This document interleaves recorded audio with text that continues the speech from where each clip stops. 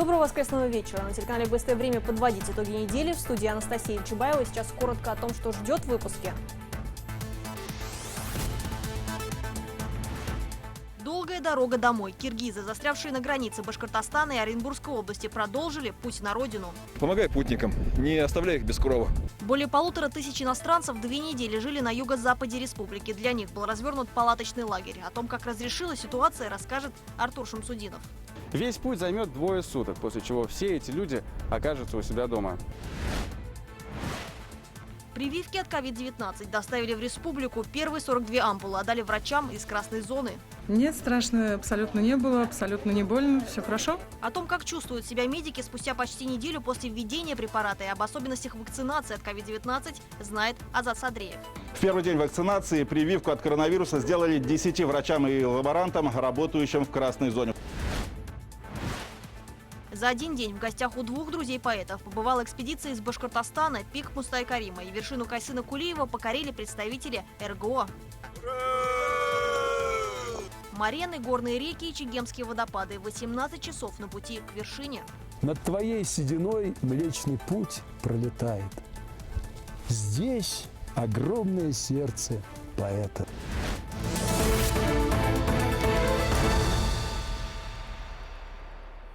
Пожарным пришлось эвакуировать животных из горящей фермы. Возгорание произошло сегодня в Туймазинском районе. К тушению пожара в деревне Верхние Бишинды привлекли 11 единиц техники и 27 человек. Животные, находившиеся в это время в здании, своевременно эвакуированы. Пострадавших нет. Открытое горение распространилось на площади в 3000 квадратных метров. На место выехали эксперты испытательной пожарной лаборатории и дознаватели МЧС России, чтобы установить обстоятельства возгорания.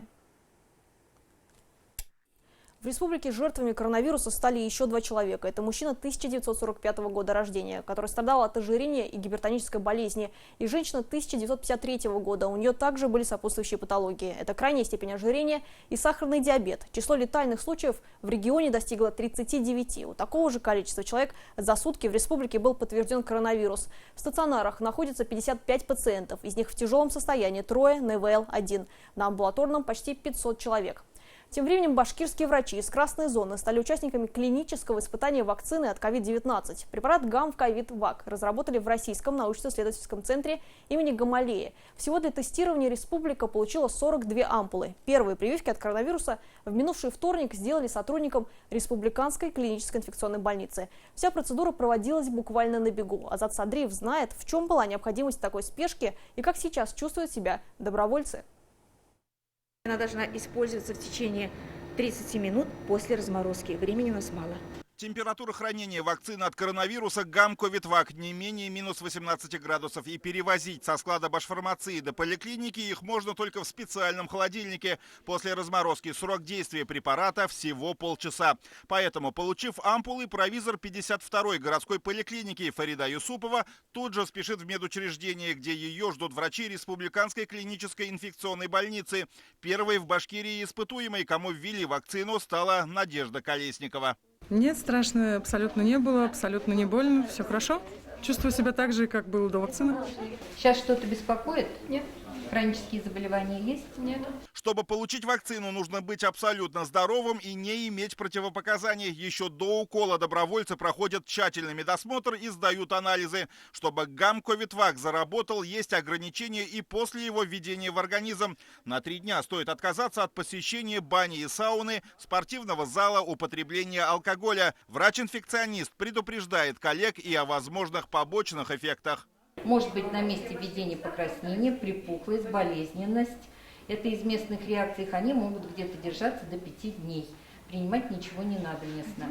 Из общих это может быть озноб, температура, боли в суставах, недомогание, гриппоподобный синдром. Допускается это первые 2 дня, допускается применение жаропонижающих антигистаминных препаратов. Среди тех, кто первыми получил вакцину, есть и лаборанты, работающие с биоматериалами людей, зараженных коронавирусом. Малейшая ошибка, небольшой надрез на перчатке или в противочумном костюме, и они сами могут оказаться пациентами своих же больниц. Работать везде опасно в красной зоне, поэтому ошибок у нас быть не должно. Мы привыкли работать с большими нагрузками, никто не стонет, не ахает. Все знают, что мы находимся в военных условиях.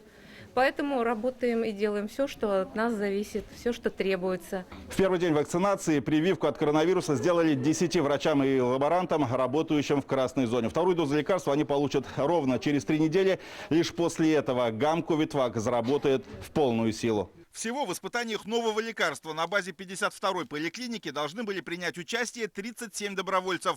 Кроме Республиканской клинической инфекционной больницы, среди них также сотрудники Демского ковид-госпиталя, 8-й и 18-й городской больниц. Препарат ввели 30 медработникам. У остальных были выявлены противопоказания. Прививку им сделают на следующей неделе. Ну а те врачи, соцработники, волонтеры и полицейские, которые заразились коронавирусом при исполнении служебных обязанностей, получат сертификаты на оздоровление в республиканских санаториях. Первые 42 путевки уже выданы. По решению главы республики у нас в регионе, в отличие от многих других, то есть я, например, не слышала больше нигде о таком опыте, было принято решение выделить сертификаты на санаторно-курортное оздоровление. Стоимость сертификата 49 тысяч. Сертификаты можно использовать до конца 2021 года и, в принципе, в любую санаторно-курортную организацию нашей республики. Но это принципиально, то есть только в свои санатории. Между тем, врачи, которые сделали прививку от COVID-19, чувствуют себя хорошо. Инфекционист Надежда Колесникова прислала нам видеообращение, в котором рассказала о своем самочувствии. Здравствуйте, я Надежда Колесникова, одна из первых 10 медиков Башкирии, получивших вакцину против коронавируса. Хочу с вами поделиться своими ощущениями. Чувствую себя прекрасно, температуры нет, все отлично. С нетерпением жду середины октября, чтобы получить вторую дозу вакцины. Но даже новая вакцина на данный момент не дает стопроцентной гарантии того, что после прививки COVID-19 вам не страшен. Работать все так же придется с соблюдением всех санитарных норм и в противочумных костюмах. Азат Садреев, Роберт Давлетбердин, Владимир Шевчук, Виктор Демидов. Итоги недели. Уфа.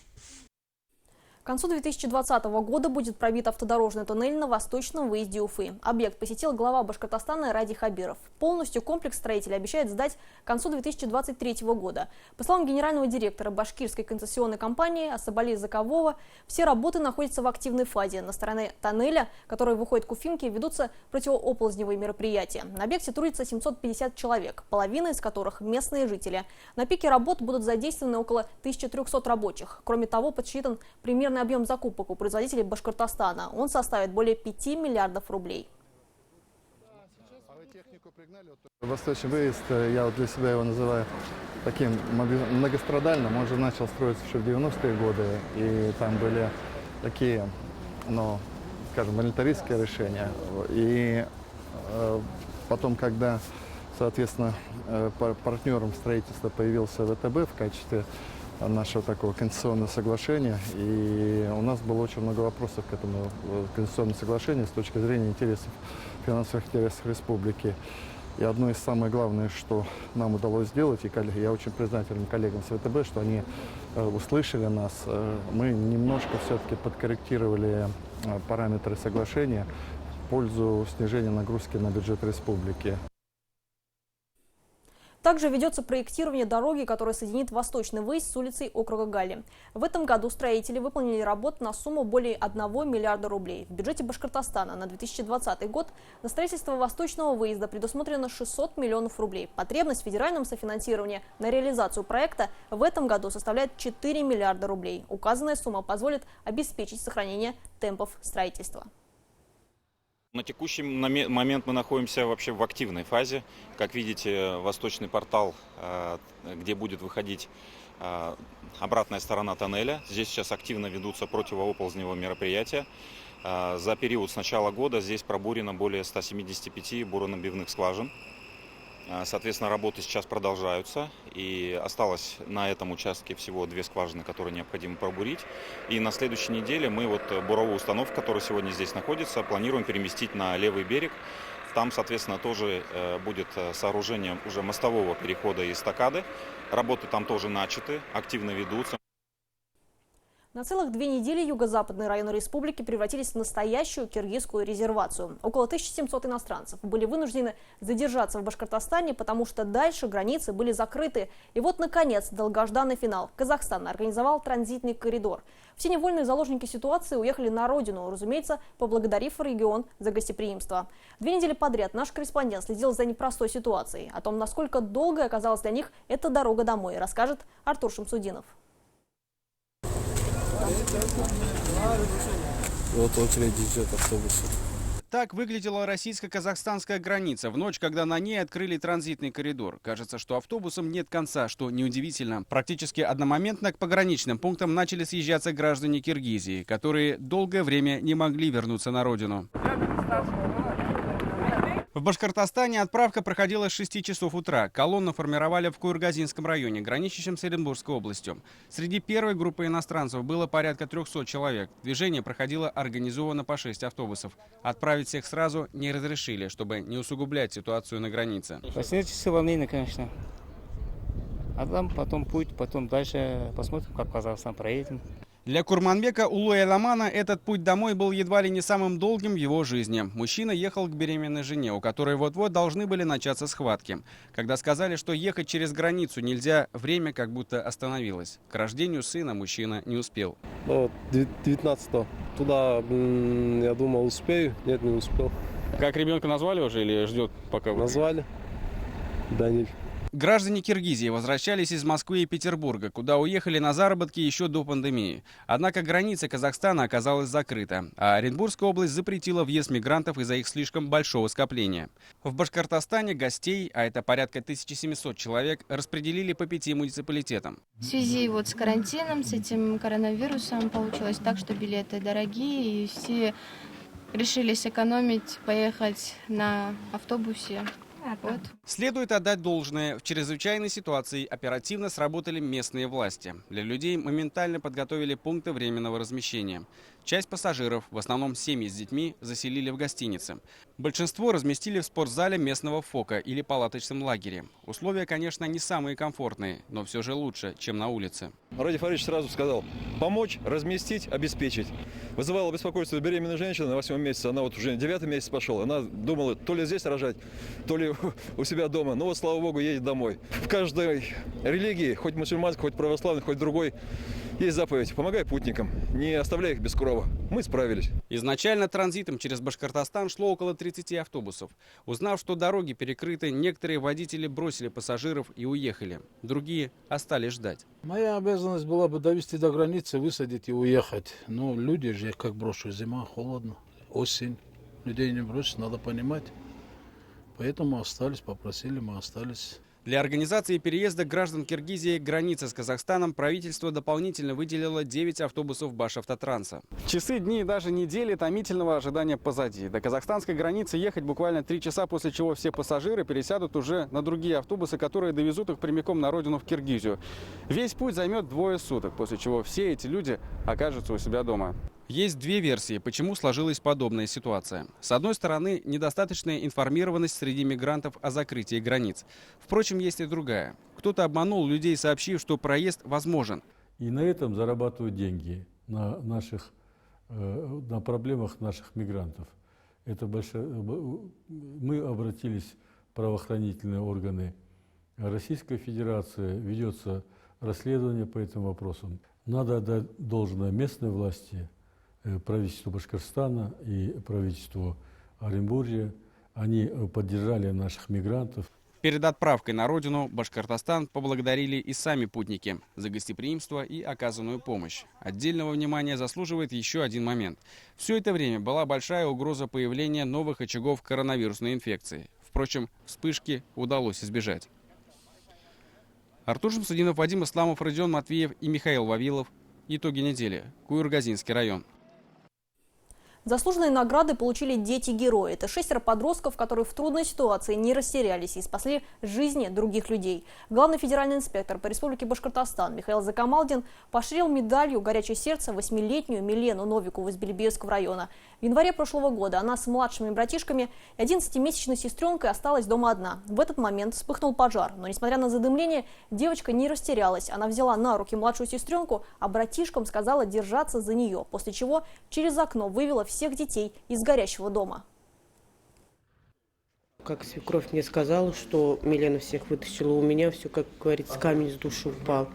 Я, как говорится, рада была, что хоть они живы остались. Дома-то, как говорится, мы живем, а самое главное, что живы. Спасибо вот дочке, я ей горжусь, как говорится, моя.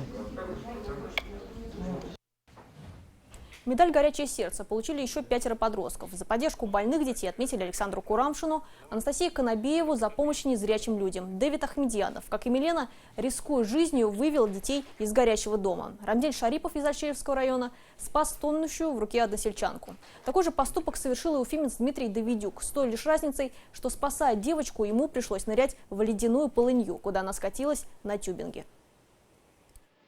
Пришлось нырнуть 2 раза, и во 2-й раз уже сил было мало, и я, получается, когда всплывал, думал о том, что либо вдвоем, либо один, кто-то из нас должен выжить все равно. Но приложил больше усилий и выжили вдвоем, повезло. Трагическая история с убийством Владимира Данилова, игрока ночной хоккейной лиги, сдвинулась с мертвой точки. Месяц участники драки, в результате которой погиб человек, находились на свободе. После выхода нашего репортажа об убийстве в эфир было возбуждено уголовное дело и даже избрана мера пресечения 2 из 4 участников драки. Почему за случившееся отвечает только половина компании? Мог ли спортсмен погибнуть от сердечного приступа, расскажет Радмир Азнабаев. Целый месяц ходят, наслаждаются жизнью. А человека нету в живых. Она осталась одна с 3 детьми, один из которых инвалид. Семья Владимира Данилова бьет тревогу. По их мнению, дело об убийстве хотят замять. На этих кадрах на хоккеиста и его спутника нападают 4 неизвестных. Его друг пытается помочь хоккеисту, но его сразу валят на лестницу, где он теряет сознание. Данилов остается 1 против 4. Спустя мгновение спортсмена сбивают с ног, и он падает. Но хулиганы и не думают останавливаться и продолжают безжалостно забивать мужчину ногами. Все происходило на этом самом месте. Злоумышленники поволокли обездвиженного Владимира в слепую зону, где нет освещения и камер видеонаблюдения. Жестокая расправа происходила над ним здесь. Об этом говорят багровые следы, которые через несколько часов успел зафиксировать друг Данилова на камеру мобильного телефона. Прибывшим на место медикам оставалось только констатировать смерть Владимира. Первоначальная экспертиза показала, что Владимир умер якобы от ишемии сердца. Дело возбудили только спустя месяц после инцидента и выхода нашего сюжета в эфир. А на этой неделе уже 2 из 4 участников драки были задержаны и арестованы. Все они, как оказалось, не являются жителями республики и приехали в Уфу на заработки, а произошедшее назвали самообороной. Я проявлял только самооборону. Я наносил удары, стараясь выбить осколки бутылки, но никак не нанося телесные повреждения.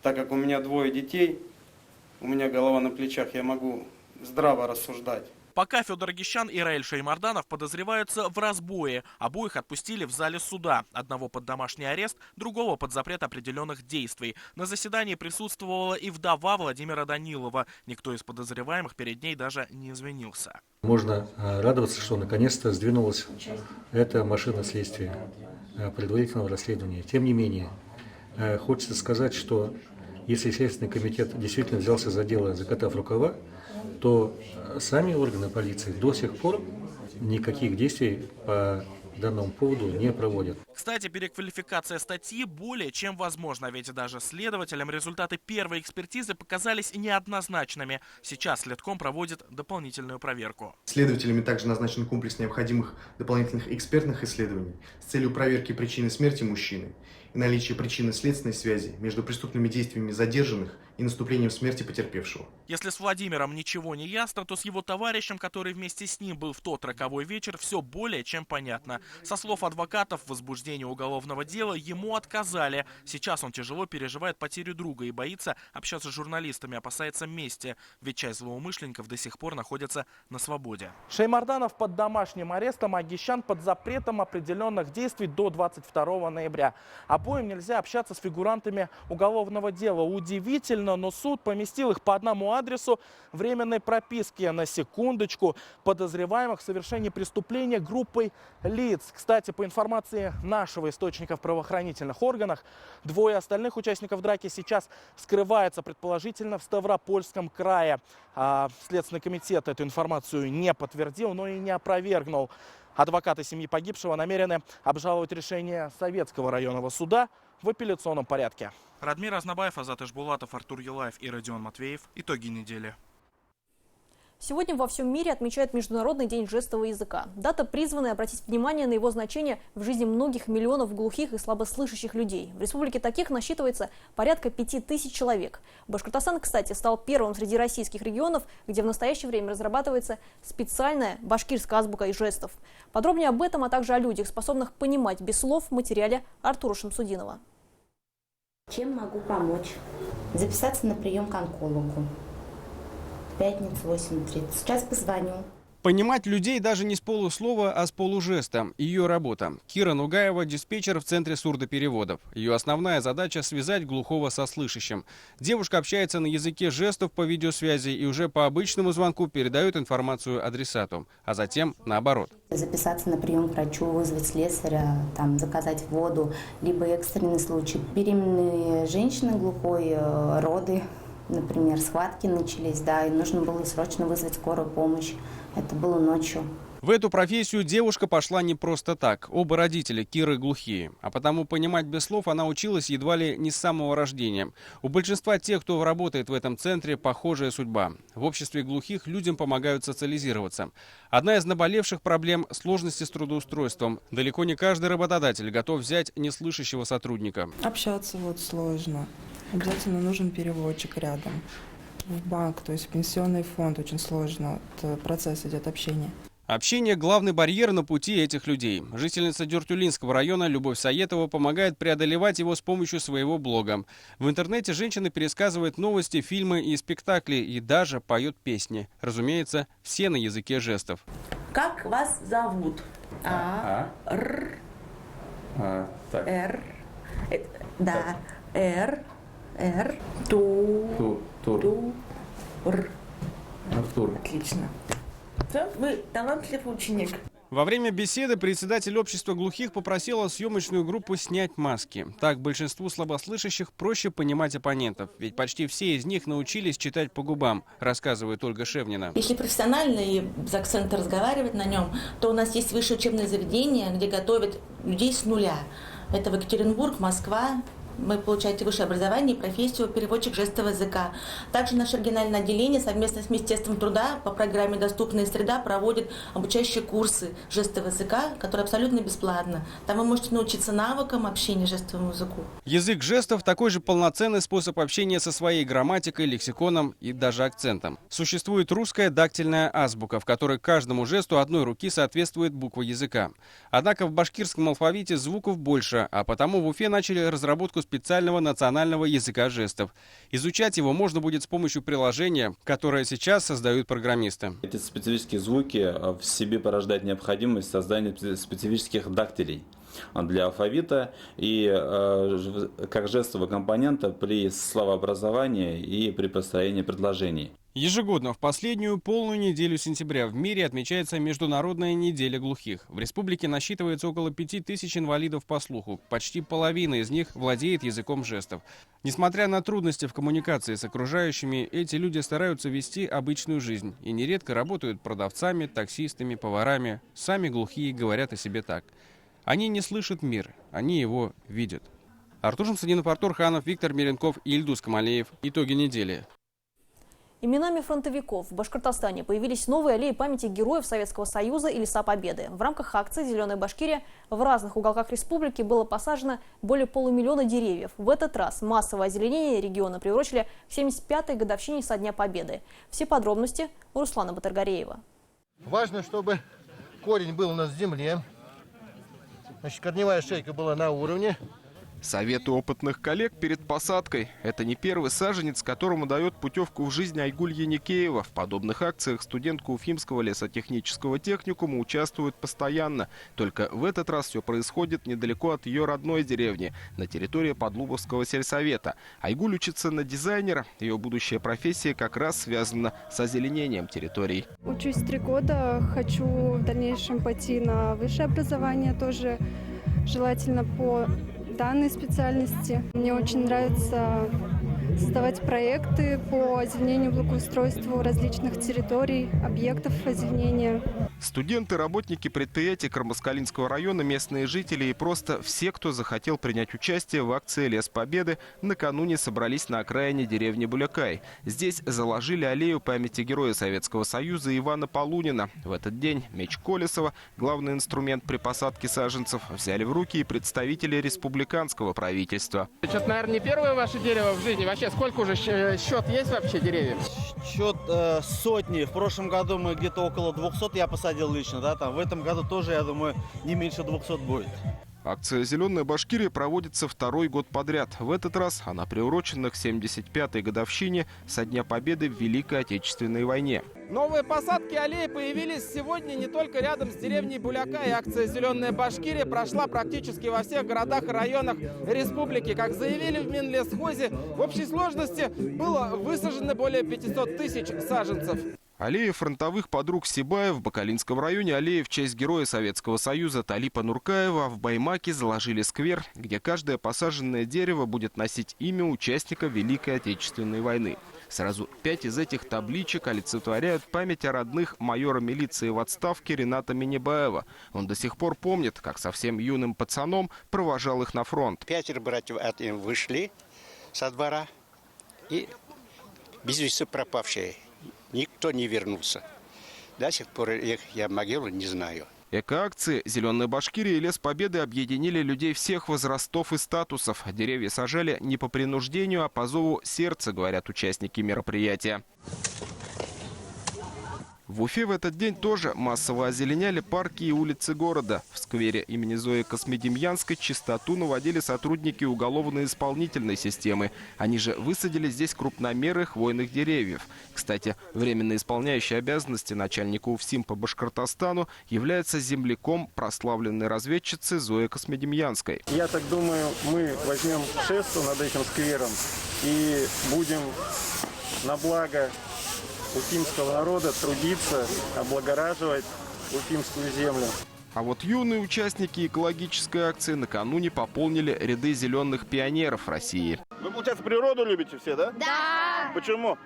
Мы активно участвуем на субботниках, сажаем тоже деревья. А вам по сколько лет сами? Мне 13. 10. 11. В годы Великой Отечественной войны мальчишки примерно такого же возраста становились учениками Соловецкой школы «Юнг», а после служили моряками на Северном флоте. В память о них в парке Первомайский высадили именную аллею. Акция стала частью экологического проекта «Зеленая Башкирия». За прошлый год, за этот год мы посадили порядка 3,5 тысячи крупномеров в прошлом году. В рамках акции «Зеленая Башкирия». И в этом году тоже планируем порядка до 5 тысяч по городу.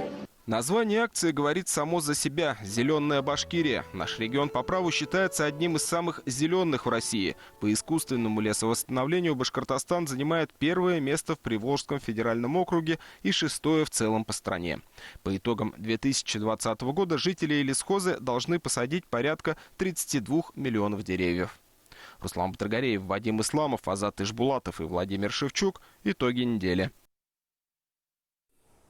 Экспедиция из Башкортостана покорила в очередной раз пик Мустая Карима. Представители регионального отделения Русского географического общества посвятили восхождение 75-й годовщине Победы.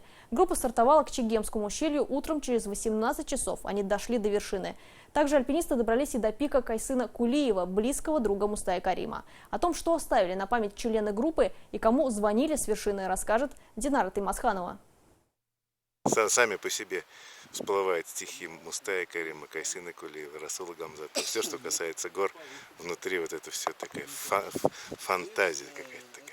Супер. Надо будет вспомнить на пике, прочитать. Вспомню, прочитаю. Чтобы прочитать на пике стихотворение, альпинистам прежде придется подняться на высоту 3500 метров. К Чегемскому ущелью группа стартовала в 5 утра. Физически все 9 человек команды были подготовлены, но восхождение, как отмечают они сами, было не из легких. Какую часть пути мы уже прошли? Начальную часть, но наиболее трудную в плане акклиматизации. Наиболее трудная сейчас, потому что мы идем вот прямо в пик акклиматизации. Мы идем, и у нас наступает акклиматизация. То есть мы не можем идти раньше ее. Вот такой момент. Поэтому стараемся идти медленно, чтобы людей не загнать. Безымянная вершина на Кавказском хребте стала носить имя башкирского поэта 2 года назад. Живописная местность сразу притянула туристов. Марены, горные реки, чегемские водопады. Весь путь к вершине занял у башкирской команды 18 часов. На ладонях твоих облака отдыхают. И орел, оттолкнувшись, и орел с твоих плеч, оттолкнувшись, летит. Над твоей сединой Млечный Путь пролетает. Здесь огромное сердце поэта стучит. Ровно сейчас зашли на пике имени Мустая Карима. Высота 3550 метров. По спутниковой связи о том, что пик Мустая Карима в очередной раз покорен, первой сообщили дочери поэта Альфие Мустаевне. Она поблагодарила экспедиционеров за сохранение памяти о ее отце.